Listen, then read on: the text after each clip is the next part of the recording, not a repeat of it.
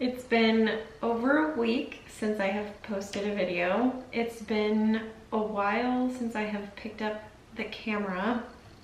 And actually, I haven't shown you this room yet. That's coming in a new video soon, I hope. I have continued to work in my hiatus from uploading onto YouTube, but there were some things happening behind the scenes, you know, behind the camera, things that I did not share. And I've come to realize that I feel like I should talk about this stuff. So I kind of want to talk about where I've been and why I took a break from YouTube. It was not planned. It just sort of happened. I struggle with depression, and I'm just gonna come out and say that. So I've said it, so now you know. And somehow I slipped into a funk last week, and I think it's been sneaking up on me for a while. The truth is, I have let my self-worth become synonymous with my employment status. If you've been following me for a while, you know I finished my MBA last fall. I graduated in November, and I have been job hunting since then, and I don't have a job yet. And with each no, thank you, we're going in another direction. With each email or phone call, mostly email, mostly generated emails, not written by human beings, my self-esteem has really taken a hit, you know? And so I have struggled lately. I'm still searching for a job. I'm discouraged, but I don't like feeling this way. So I have taken some time from YouTube, and I've focused on bringing myself back to a happier place. And mostly that comes from like trying to realize why I feel this way and where it's coming from. And so since I know that it's not my self-worth, like I have value, I'm a person, I have value regardless of whether or not I have a job, regardless of my employment status, I still have value. And so reinforcing that idea to myself is helping. I'm still desirous of employment. I still want to have a job. I still am looking, I'm still applying, I'm still interviewing, I'm still in that process. But yeah, I don't want to make this about me. I sort of felt obligated in a sense to tell you what's been going on. So that's what's been going on. This was a shorter episode than I've had in the past, and to be quite honest with you, it was not fun, and it's not over yet. I'm feeling better. I'm not 100% yet, but however, I don't want to make this a pity party for myself. I don't like pity parties. I don't think they're fun. I don't know that anybody has fun at a pity party. So I wanted to make this video a resource. I have some things I want to talk about, things that help me, some resources that I use. I've got some books right here that I'm going to talk about. I have some websites. I have some, what do you call them? Instagram, like social media accounts. And I even have a class I want to talk about. So I've got some things, some resources I want to talk about. And then at the end, I will talk about the things that I do that typically help me. So I want to start, you know, just like sharing my resources with you guys, just because I know I can't be the only one. I think the stat that I most recently read was 1 in 5 adults in the United States probably has a mental health disorder or illness, or is struggling with something that we can't see, and that's okay. I don't want your pity. I'm here because I want you to know that you're not alone. You don't have to share that with me. I feel like that can be really private.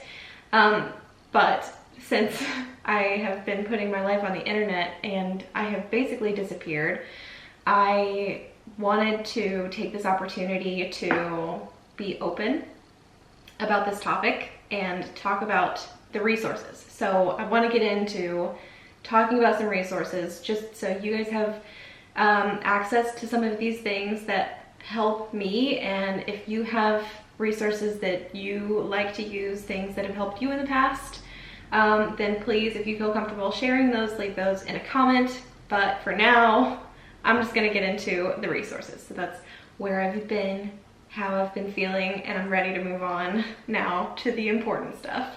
The first thing I want to talk about is a mental health first aid certification. It is a class and certification that you can take. I actually took this for the first time. I've been recertified since, but the first time I took this course, I was in college at Truman State University, and it was offered as like a course in, you know, one term. And so I went every week, and I think it was like an hour long every week, and we learned a little bit more. Now, it doesn't require that much time.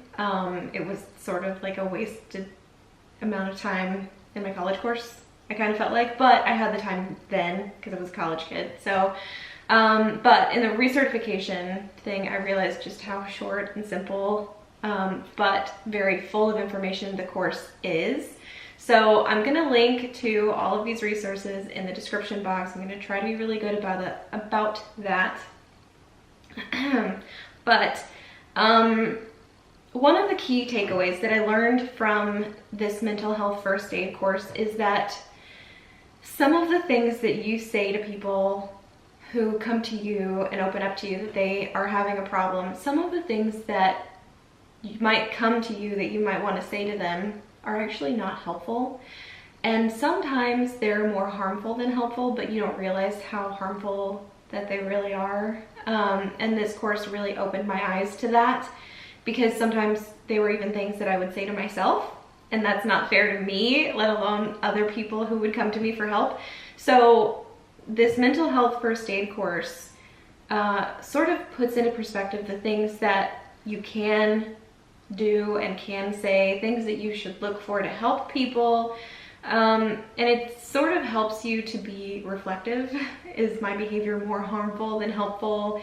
Are my words or actions actually helping, or are they making the problem bigger? So I really think that it's a good thing. I don't regret doing it in college. I know they offer courses in English and I think also Spanish.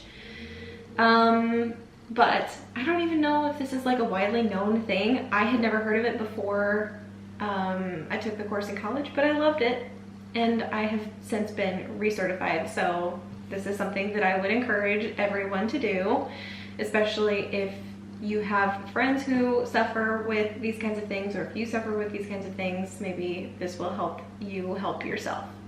The next resource I want to talk about is the National Council for Mental Wellbeing. I'm reading this off of the screen just because it helps me, because there's a lot of words.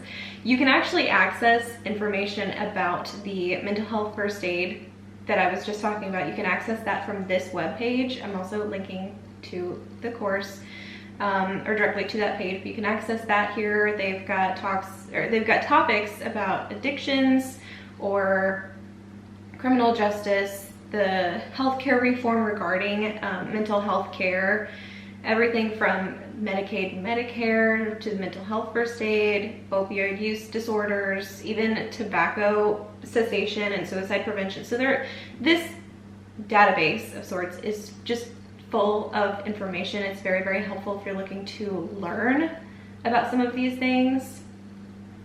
The next website I want to talk about is called Silence the Shame. Now, there's a lot of stigma regarding mental health and mental illness and these other disorders that people struggle with, that lots of people struggle with, and for whatever reason, it's sort of a taboo topic. You know, we're not supposed to talk about it, but I don't understand why, because it happens, and how are people supposed to get better if we don't talk about it? So I really like the idea behind this nonprofit, because this Silence the Shame is a nonprofit. I think they're based out of Atlanta. I don't really think that matters, but they have a social media presence, and they are trying to help reduce the stigma and improve communication about this topic and awareness about this topic. So I think that's really cool. But there are some programs and initiatives that they have. You can donate here if you want.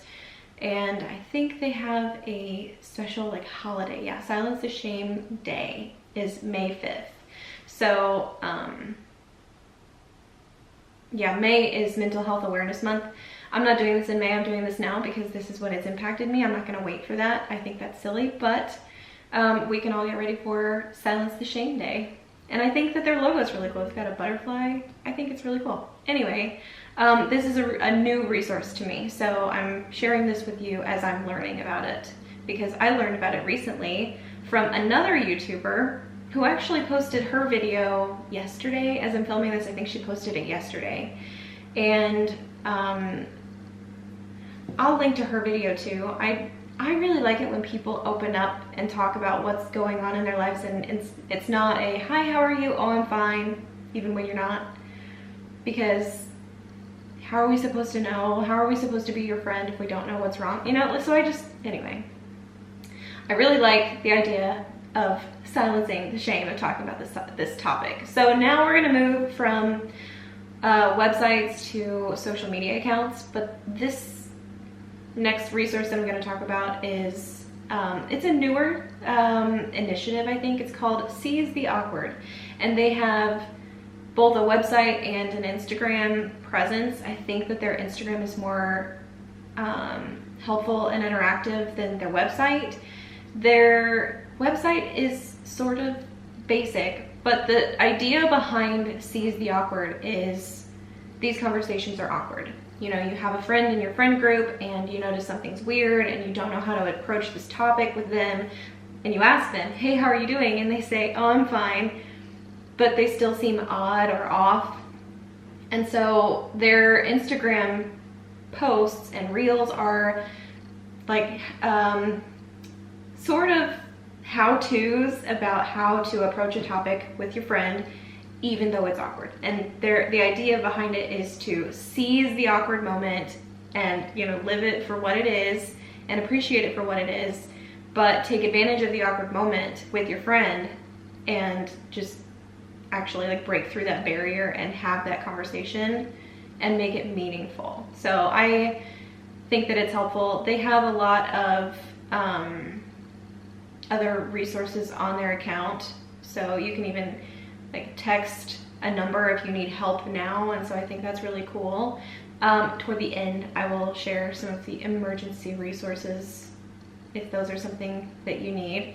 The next resource I want to talk about is, it's actually 2 Instagram accounts, and I think that they're related to each other. Of course, I don't know this. I don't even know how you would tell, but they are Discuss Mental Health and Let's Talk Mental Health. And I really like these 2 accounts. I've been following them for a while, and sometimes their posts are not something that I can relate to. Sometimes there are things that the things that they post, it's almost like they know exactly how I feel in that moment, and so sometimes their posts are incredibly relatable. And what it helps me do is it helps me to feel seen and understood and validated almost in my reaction, my totally natural reaction to someone else's inappropriate behavior or irresponsible reaction to something. And so it helps me to feel validated, I suppose. But then there are also posts that make me think that I should reflect, do I do this? Do I treat my friends this way? Is this how I behave?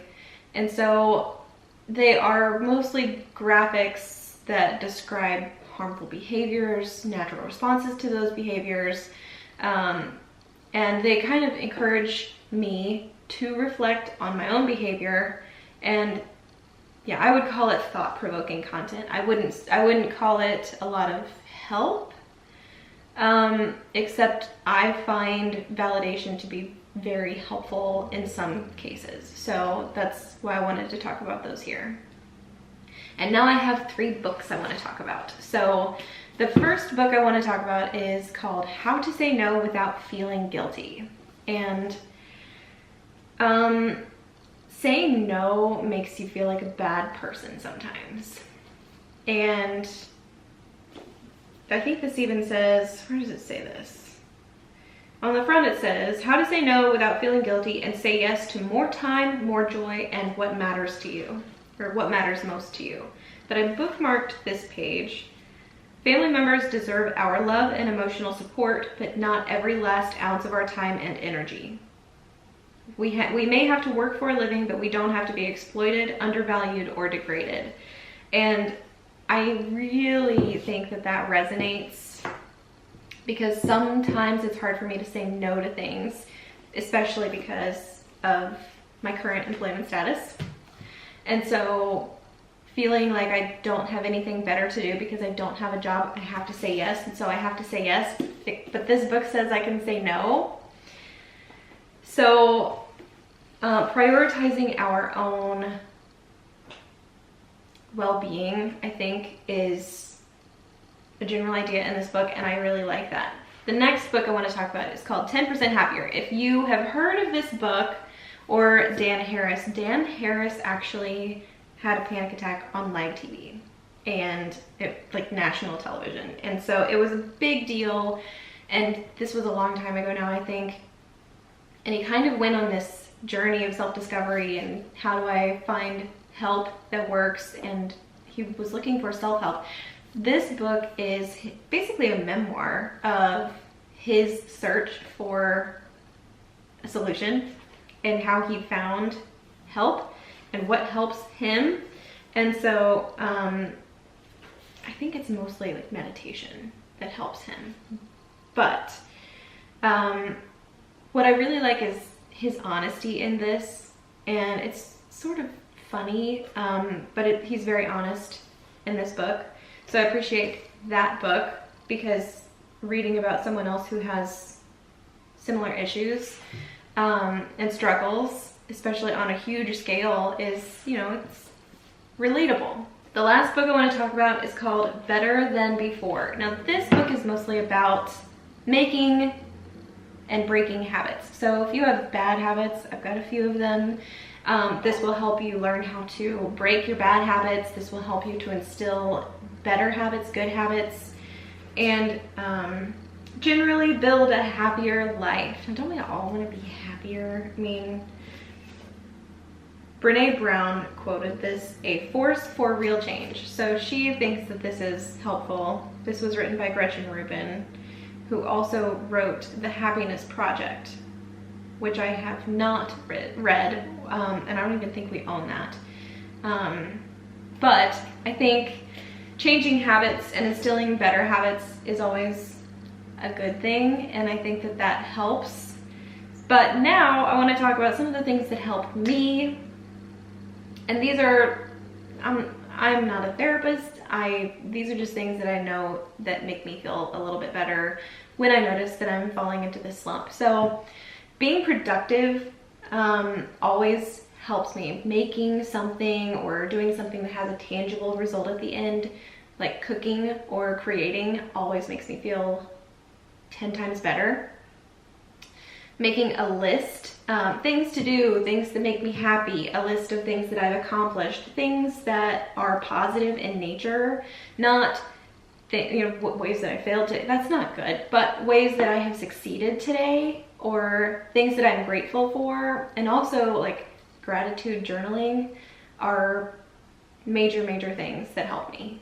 Of course, connecting with friends, you know, FaceTime calls with people, or even just messaging people through text or Instagram, connecting with people and, you know, actually having a meaningful conversation with them, even if it doesn't have to do with how I'm feeling or how they're feeling, but it's just something that makes us happy or a shared interest. Connecting with people makes me feel more whole, and so I really think that that's important, and it does help me to feel better.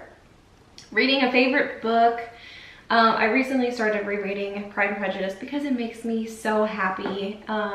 Also watching like a comforting movie or a TV show helps, because sometimes I feel like these books and, you know, these people who want us to feel better tell us to get up and go exercise. And I'm not gonna lie, when I'm not feeling well, that's not the first thing that I want to do. And so I don't force myself to do those things.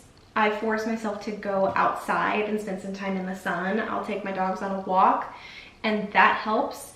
But like, beating myself into submission to do a workout is just not my thing. That doesn't help me. It makes me feel miserable and sad. And so I don't like to do that. If I'm feeling up to it, I will make that happen. I will do that. But mostly getting outside in the sunshine, and I'm looking outside because there's a lot of sunshine today and it's beautiful. And also, I don't like to do like high impact exercises when I'm feeling this way. So I will do something like yoga, and that really helps me center myself, and I can focus on my breathing and my forms and, you know, the actual like way that my body is supposed to be, and not on anything else. So I don't do yoga with other people because I don't have to worry about how I look in front of them. I do it by myself, and I focus on myself, and that really helps me feel better. So now I want to talk about the emergency resources. There are 3 emergency resources I'm going to talk about. The first one is mentalhealth.gov. You can get emergency help from mentalhealth.gov. They will direct you to the resources that you need. The National Alliance on Mental Illness helpline. They have a helpline. You can also email them. And then there is the National Suicide Prevention Lifeline. You can go to the suicidepreventionlifeline.org. There's also a phone number you can call if you need those things. I hope you don't. Sometimes people do. And so I want to have those resources here so you have access to them. But I'm kind of done beating this topic with a stick, so I feel like I've talked about it enough. I hope you don't have any questions. I'm not gonna lie, I hope you don't. But if you do have any questions, like about these books or something, you can leave them in a comment. I'm not gonna answer any comments about how I'm feeling. The truth is, I don't feel 100%, but I'm better than where I was. And so I want you to know that if you're not feeling well, you're not alone. And I hope that you are able to find something that helps you feel better. So I'm going to end this video now, and you guys will see me in another video soon. Bye.